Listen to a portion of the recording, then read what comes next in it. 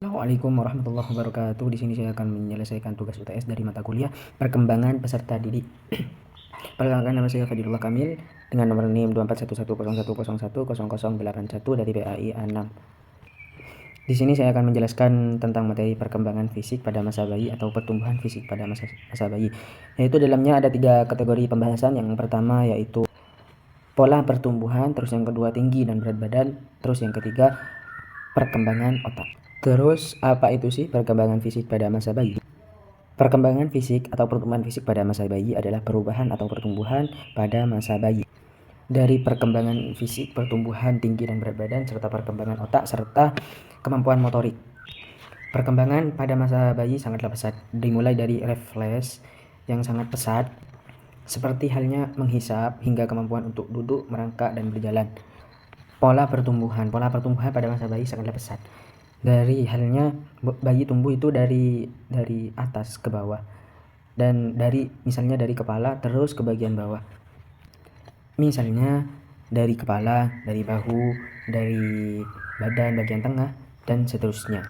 Pertumbuhan pada masa bayi itu juga mengikuti pola-pola atau urutan-urutan yang sesuai, di mana pertumbuhan juga bisa dilihat atau dinilai dari bagian tengah badan ataupun yang lain, dan serta bergerak di arah ekstremisme. Misalnya bayi itu mengendalikan otot-otot lengannya sebelum bayi tersebut mengendalikan jari-jari tersebut. Lanjut ke materi tinggi dan berat badan. Rata-rata bayi tersebut tumbuh setiap per bulannya itu dari angka setengah atau 2,5 cm selama 6 bulan. Kemudian 1 cm per bulan hingga 12 bulan. Terus berat badan bayi biasanya akan bertambah setiap 5 bulan dan mencapai 5 kali lipat dan mencapai 3 kali lipat saat berusia 1 tahun. Perkembangan otak, terus ke bagian perkembangan otak. Perkembangan otak pada masa bayi itu sangat cepat atau sangat pesat. Otak itu harus dijaga dengan sedemikian rupa dari benturan ataupun kepala. Maksudnya kepala itu harus dijaga dengan sedemikian rupa dari halnya benturan atau jatuh, cedera, dan otak tidak boleh berada di masa jatuh atau tergoncangnya otak, dan juga serta dilindungi dari berbagai hal lainnya. Dan juga perlu diketahui bahwa otak ini ada 2 bagian, yaitu bagian kiri dan bagian kanan. Untuk otak bagian kiri yaitu membahas atau halnya memicu tentang memikirkan hal-hal tentang bahasa ataupun logika.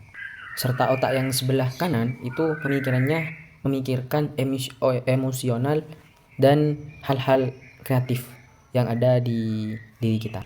Terus melanjut dengan materi selanjutnya, saya akan bahas juga ke bagian materi yaitu tentang studi dalam evaluasi pendidikan. Kecerdasan intelektual, daya ingat jangka pendek, dan kebiasaan belajar sebagai predikator akademik di sekolah.